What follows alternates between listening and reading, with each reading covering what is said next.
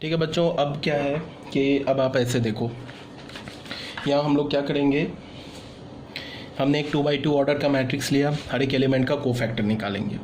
तो -1 का कोफैक्टर क्या होगा, कोफैक्टर ऑफ A11 क्या है, elements belong to first row first column. तो फर्स्ट रो फर्स्ट कॉलम पे कौन सा एलिमेंट है, -1। तो -1 का माइनर क्या होगा, -1 टू द पावर 1 + 1। ये 1 क्या है, रो को रिप्रेजेंट कर रहा है, ये 1 क्या है, कॉलम को रिप्रेजेंट कर रहा है, इंटू M11। तो ये तो प्लस हो जाएगा। तो -1 का जो कोफैक्टर होगा वो -1 के माइनर के इक्वल होगा। ठीक है, तो हमने क्या किया, फर्स्ट कॉलम फर्स्ट रो हटा दिया, 5 बचा। तो -1 का कोफैक्टर क्या हो गया, 5। अब अगर हम 1 2 मतलब 0 का कोफैक्टर निकालेंगे, तो कोफैक्टर 0 का क्या होगा, अगेन -1 पे पावर 1 + 2। 1 क्या है, नंबर ऑफ रो, 2 क्या है, नंबर ऑफ कॉलम। तो 1 + 2 तो ऑड है। तो ज़ीरो का जो कोफैक्टर क्या होगा, वो 0 के माइनर के नेगेटिव के इक्वल होगा। तो ये क्या हो गया, -M12। तो हमने क्या किया, सेकंड कॉलम फर्स्ट रो हटा दिया, तो हमें क्या मिला, 3। तो -3 हो गया। C21 कोफैक्टर निकालना सेकंड रो फर्स्ट कॉलम के एलिमेंट का। सेकंड रो फर्स्ट कॉलम पे कौन सा एलिमेंट है, 3। तो कोफैक्टर क्या होगा 3 का, -1 पे पावर, तो पहले तो हमने 2 + 1 लिखा, उसके बाद M21। अब ये M21 कैसे निकालेंगे, हमने सेकंड रो को हटा दिया और फर्स्ट कॉलम को हटा दिया, तो 0। तो क्या हो गया, -0 = 0। Again cofactor of 2 2, second row second column का एलिमेंट का कोफैक्टर वो क्या है हमारा, 5। तो 5 का कोफैक्टर कैसे होगा, -1 पे पावर 2 + 2, ये तो 1 हो गया। M22 क्या बोलेंगे, M22 का मतलब हो गया सेकंड रो सेकंड कॉलम के एलिमेंट का माइनर। तो माइनर कैसे निकालेंगे, सेकंड रो हटा दिया, सेकंड कॉलम हटा दिया, तो -1 हो गया माइनर, ये कोफैक्टर हो गया। ठीक है, तो ऑलरेडी आप जानते हो। चलो फिर भी एक बार, अब जैसे बच्चों अगर हमें ये 3x3 ऑर्डर का मैट्रिक्स दे रखा है, अगर हमें 5 का कोफैक्टर निकालना है, तो 5 का कोफैक्टर क्या होगा, -1 पे पावर 1 + 1 इंटू M11 कैसे निकालेंगे, फर्स्ट रो फर्स्ट कॉलम को हटा दिया, तो ये जो 4 एलिमेंट बचे इसका डिटर्मिनेंट तो हो गया 6। ये हमारा क्या हो गया, +1 हो गया। अब C12 निकालेंगे तो क्या होगा, -1 पे power 1 + 2 into M12। First row second column के एलिमेंट को हटा दिया, first row and second column हटा दिया, तो ये जो 3 2 4 5 बचा इसका डिटर्मिनेंट ले लिया, तो ये हमें क्या मिल गया, -7। तो ऐसे ही करके आप बाकी सारे एलिमेंट्स का कोफैक्टर निकाल सकते हो। यहाँ मैंने ऑलरेडी निकाल रखा है, एक बार आप देख लेना, कोई डाउट होगा तो पूछ लेना। ठीक है, अब बच्चों आ जाओ हमारा थर्ड पॉइंट पे। थर्ड पॉइंट क्या हमारा, इवैल्यूएशन ऑफ डिटर्मिनेंट्स। डिटर्मिनेंट को हम इवैल्यूएट कैसे करेंगे, तो उसके लिए हमने क्या बोला, let A = Aij be a square matrix of order n। तो हमारे पास एक स्क्वायर मैट्रिक्स है n ऑर्डर का, then the sum of the product of elements of any row column with their cofactor is always equal to determinant A। ये भी बच्चों तुम लोगों को ना बताया जा चुका है, ये भी जो है ऑलरेडी मैंने बता रखा है तुम लोगों को। इसका क्या मतलब है, मैंने क्या बोला कि डिटर्मिनेंट हम कैसे निकालते हैं, तुम कोई भी रो उठा लो, एनी रो या एनी कॉलम, किसी भी रो के हर एक एलिमेंट को अपने कोफैक्टर से मल्टीप्लाई करके ऐड करोगे तो हमें क्या मिल जाएगा, उसका डिटर्मिनेंट वैल्यू। किसी भी कोई भी कॉलम उठा लो, मैट्रिक्स के का कोई भी तुम कॉलम उठा लो, कॉलम के हर एक एलिमेंट को उसके कोफैक्टर से मल्टीप्लाई करके ऐड करोगे तो हमें क्या मिल जाएगा बच्चों, डिटर्मिनेंट का वैल्यू। ठीक है, ये ऑलरेडी बताया जा चुका आपको इन डिटेल, फिर भी एक बार देख लो। यहाँ पे ये क्या लिखा है, ये सिग्मा क्या लिखा है, ये भी बताया जा चुका है, लेकिन देख लो सिग्मा में क्या लिखा है। जैसे तुम इसको देखो, यहाँ हमने बोला ना, summation of Aij Cij j = 1 to n। ठीक है, इसको अगर हमने बच्चों एक्सपैंड किया, इसको अगर हमने एक्सपैंड किया तो एक्सपैंड करोगे तो हमें क्या मिलेगा, j का वैल्यू 1 से लेके n तक रखोगे तो ये क्या होगा, ai1 ci1 प्लस क्या होगा ai2 ci2 प्लस क्या होगा ai3 ci3।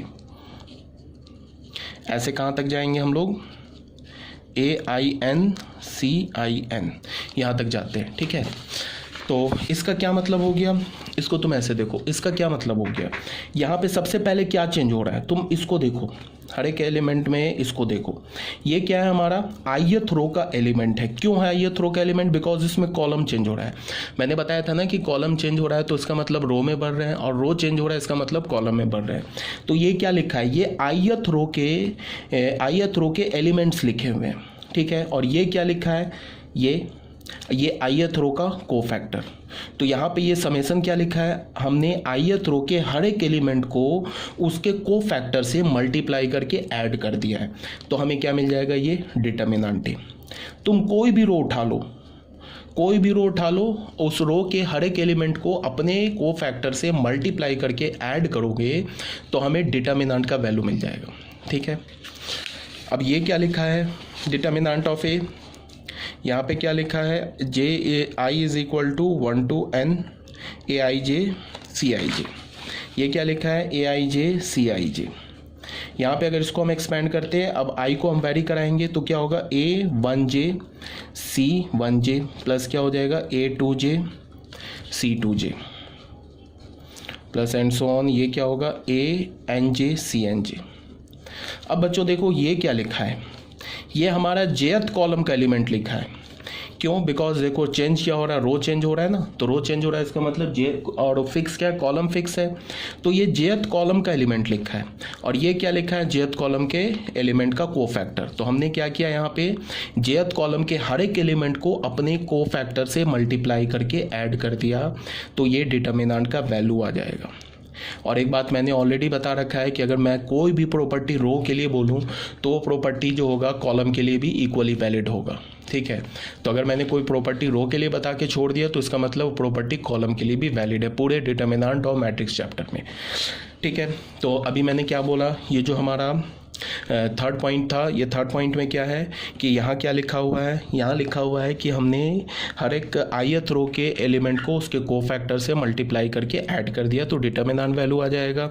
या jth कॉलम के एलिमेंट को अपने कोफैक्टर से मल्टीप्लाई करके ऐड कर दो तो भी डिटर्मिनेंट का वैल्यू आ जाएगा। मतलब क्या है, तुम कोई भी रो उठाओ, कोई भी कॉलम उठाओ, किसी भी रो के हर एक एलिमेंट को अपने कोफैक्टर से मल्टीप्लाई करके ऐड कर दो, डिटर्मिनेंट आ जाएगा। या किसी भी कॉलम के हर एक एलिमेंट को अपने कोफैक्टर से मल्टीप्लाई करके ऐड कर दो, डिटर्मिनेंट का वैल्यू आ जाएगा।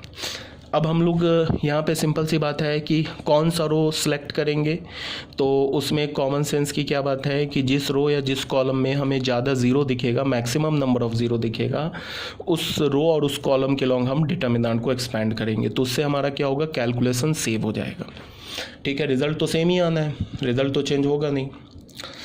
अब आ जाओ इसमें ए पॉइंट में क्या है, evaluation of A 1 by 1 order determinant. 1 by 1 order के डिटर्मिनेंट को कैसे इवैल्यूएट करोगे, तो अगर हमारे पास कोई मैट्रिक्स दे रखा है 1 by 1 ऑर्डर का, तो 1 by 1 ऑर्डर के मैट्रिक्स में एलिमेंट कितने होंगे, एक एलिमेंट होंगे, तो उसका डिटर्मिनेंट वही सेम एलिमेंट आ जाएगा। अगर मैंने तुम्हें एक मैट्रिक्स दे दिया, मान लो 2 दे दिया, तो ये क्या दे रखा है, 1 by 1 ऑर्डर का मैट्रिक्स है। तो अगर मैं बोलूँ डिटर्मिनेंट ऑफ ए क्या हो जाएगा, तो डिटर्मिनेंट ऑफ 2, तो ये 2 हो जाएगा। अगर एक बी मैट्रिक्स दे रखा है, नल मैट्रिक्स, ठीक है, 1 by 1 ऑर्डर का, तो अगर मैं बोलूँ डिटर्मिनेंट ऑफ बी क्या हो जाएगा, तो डिटर्मिनेंट ऑफ 0, 0 का डिटर्मिनेंट 0 हो जाएगा। कोई प्रॉब्लम तो है नहीं इसमें, ठीक है। तो यही बात बताया गया है कि ए इज इक्वल टू A11 है, 1 रो एंड 1 कॉलम का एलिमेंट हो तो उसका डिटर्मिनेंट क्या हो जाएगा, A11। कोई डाउट नहीं होना चाहिए यहाँ पे। अब आ जाओ बच्चों, evaluation of 2 by 2 order determinant. 2 by 2 order के डिटर्मिनेंट को हम कैसे इवैल्यूएट करेंगे, तो AIJ हमारा 2 by 2 ऑर्डर का, ठीक है। तो अब इसको हम एक इवैल्यूएट इसका डिटर्मिनेंट कैसे निकालेंगे, इसके डायगोनल के एलिमेंट्स को मल्टीप्लाई कर देंगे, A11 इंटू A22 माइनस ये जो ऑफ डायगोनल एलिमेंट्स है इनको मल्टीप्लाई करके इससे सब्ट्रैक्ट कर देंगे, तो इसका वैल्यू आ जाएगा। सिंपल सा है।